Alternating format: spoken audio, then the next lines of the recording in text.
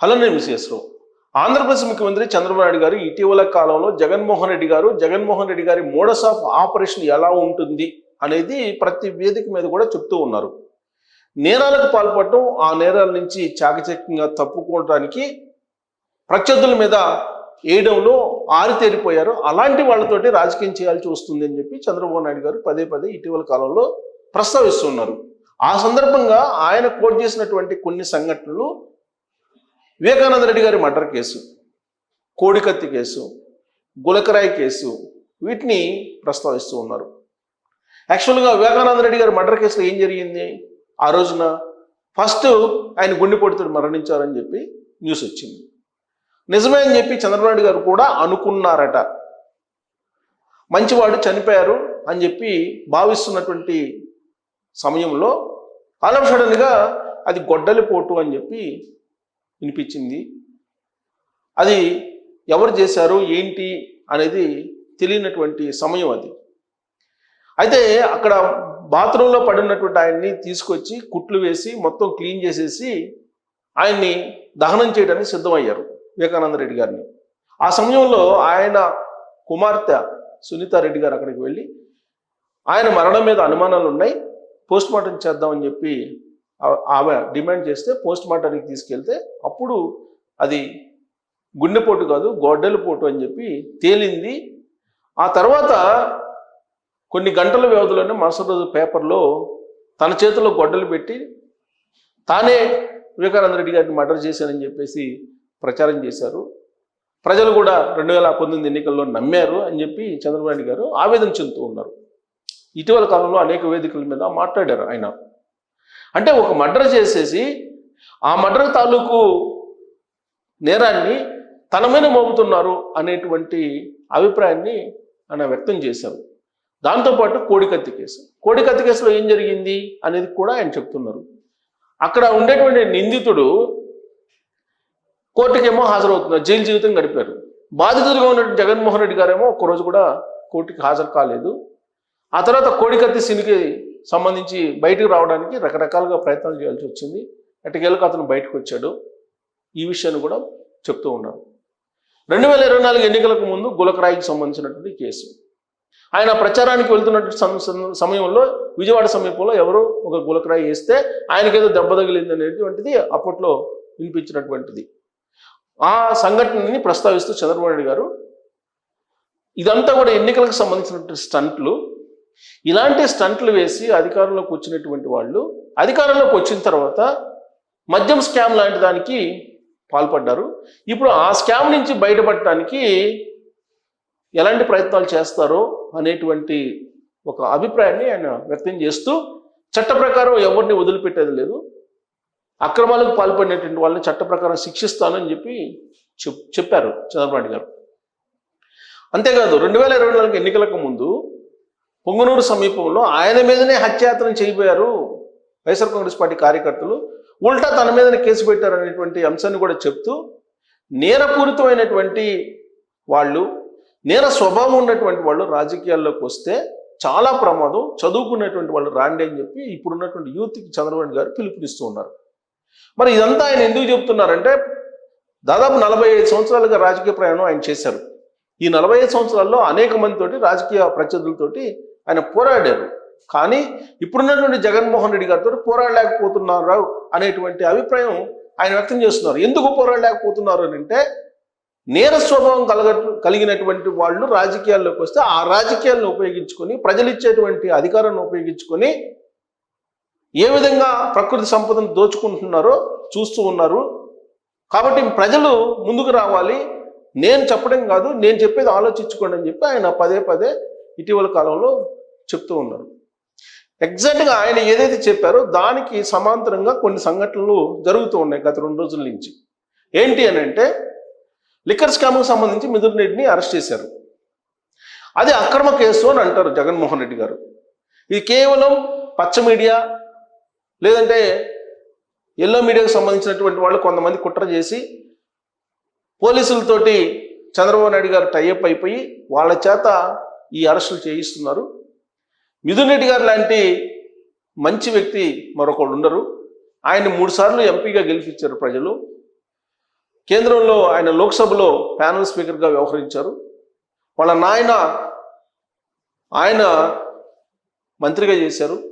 దాదాపు 40 సంవత్సరాల నుంచి ఆయన రాజకీయాల్లో ఉన్నారు. చంద్రబాబు నాయుడు గారికి యూనివర్సిటీలో ఎదురుగా నిలబడి రాజకీయాలు చేశారు. ఆ రోజు నుంచి రాజకీయపరమైన వైరం వాళ్ళిద్దరి మధ్య ఉంది.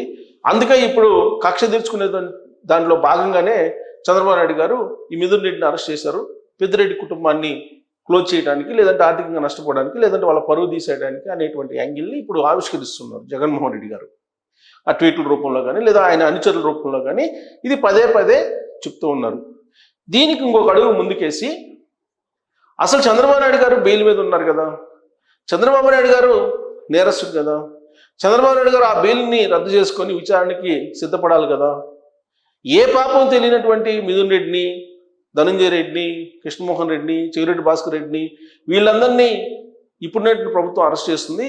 అసలు చంద్రబాబు నాయుడే పెద్ద నేరస్తుడు అనేది ఇప్పుడు జగన్మోహన్ రెడ్డి గారు చెప్తున్నట్టు మాట.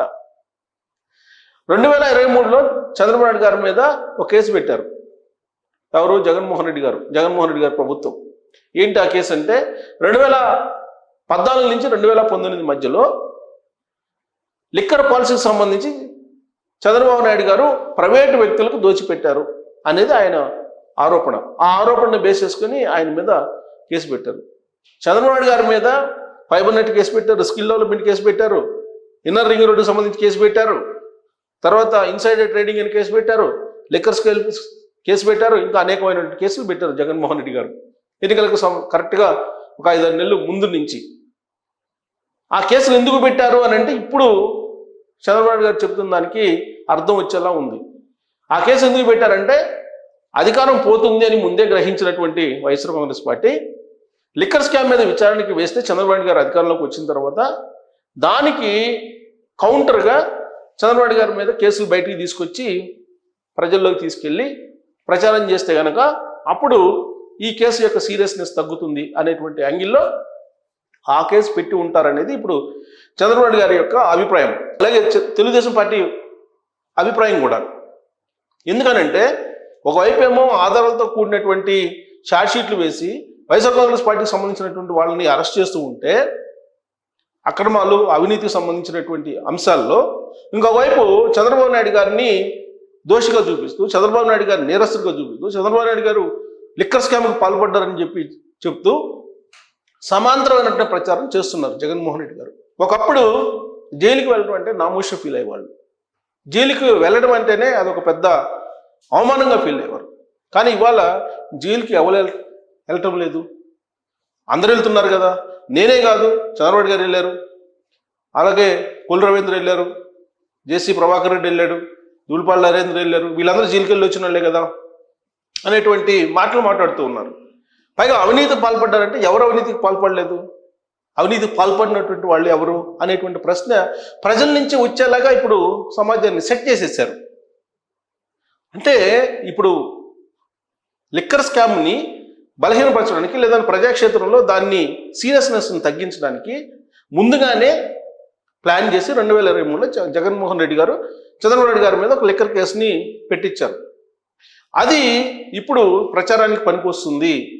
దీన్నే నేరాలు చేసి ప్రత్యర్థుల మీద చాకచక్యంగా నెట్టడం అని అంటారు చంద్రబాబు నాయుడు గారు.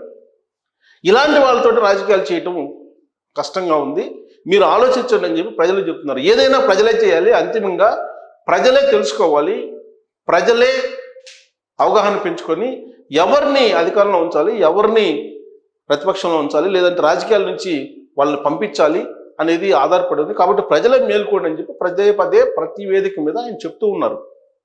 మరి ఇప్పుడు లిక్కర్ స్కామ్కి సంబంధించి సమాంతరమైన ప్రచారం చేస్తున్నారు జగన్మోహన్ రెడ్డి గారు. చంద్రబాబు నాయుడు గారి హయాంలో మొత్తం బ్రాండ్స్ అన్ని ఆయన పాలసీ ప్రకారం తీసుకొచ్చిన బ్రాండ్సేను, కొత్తగా మేము తీసుకొచ్చిన ఏం కాదు.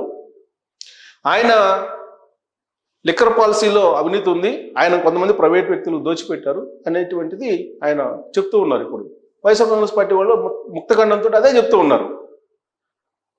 తెలుగుదేశం పార్టీ ఏం చెప్తుంది, అసలు లిక్కర్ స్కామ్కి సంబంధించి ప్రైవేట్ వ్యక్తులు టెండర్ పాటుకొని ఓపెన్ యాక్షన్లో టెండర్ పాటుకొని వాళ్ళు లిక్కర్ వ్యాపారం చేస్తున్నారు. పైగా దాన్ని ఏంటి ఆన్లైన్లో చాలా క్రమబద్ధతతోటి అప్పుడు ఆర్డర్స్ తీసుకోవడం కానీ లేదా ఇండెంట్ తీసుకోవడం కానీ ఇన్వాయిస్లు రైట్ చేయడం కానీ ఇవన్నీ ఆన్లైన్లో ఉండేవి, కంప్లీట్గా ట్రాన్స్పరెంట్గా ఉండేవి. జగన్మోహన్ రెడ్డి గారు వచ్చిన తర్వాత ఏం చేశారు, ఆ ఆన్లైన్ సిస్టమ్ తీసేశారు. ఆన్లైన్ సిస్టమ్ తీసేసి ఆర్డర్ ఆఫ్ ప్రయారిటీస్ని కూడా తీసేసి మద్యం సంబంధించిన అమ్మకాలని తయారీని మొత్తం ఆయనే చేసేసారు. అక్కడే కరెక్ట్గా అవినీతి జరిగింది అనేది ఇప్పుడున్న ప్రభుత్వం ఆధారాలతో సహా బయటపెడుతుంది. మరి చంద్రబాబు నాయుడు గారు ఆ రోజున నిజంగా ఆయన అవినీతి పాల్పడితే మరి ఆన్లైన్లో ఆ సిస్టమ్స్ అన్నింటినీ మార్చేసేవాళ్ళు కదా. అసలు ఆన్లైన్లో ఆర్డర్స్ ఇవ్వటం కానీ ఇన్వాయిస్లు రైట్ చేయడం కానీ ఇవన్నిటినీ సిస్టమ్నే మార్చేశారు 2019 నుంచి. మద్య నిషేధం అని చెప్పి వచ్చినటువంటి జగన్మోహన్ రెడ్డి గారు దాన్ని ఆయనే టేకప్ చేశాడు. తయారీదారుడిగా, సరఫరాదారుడిగా, అమ్మకందారుడిగా మొత్తం ఆయనే రోల్ ప్లే చేశారు. ఆయన అంటే వ్యక్తిగతంగా కాకపోయినా ఆయన అనుచరులు, ఆయన ప్రభుత్వం. మరి అవినీతి చంద్రబాబు నాయుడు గారి టైంలో జరిగిందా లేదంటే జగన్మోహన్ రెడ్డి గారి టైంలో జరిగిందా అనేది ఇప్పుడు ప్రజాక్షేత్రంలో చర్చ జరగాలి. ఇదే కోరుకుంటున్నారు చంద్రబాబు నాయుడు గారు. మరి చర్చ జరిగినప్పుడు ఎవరు అవినీతికి పాల్పడ్డారు మీ లిక్కర్లో అనేది ఒక ఒపీనియన్కు వస్తారు కదా ఎవరైనా. మరి మీరు ఏ ఒపీనియన్కి వస్తున్నారు అనేది ట్రోల్ చేయొచ్చు. Thank you.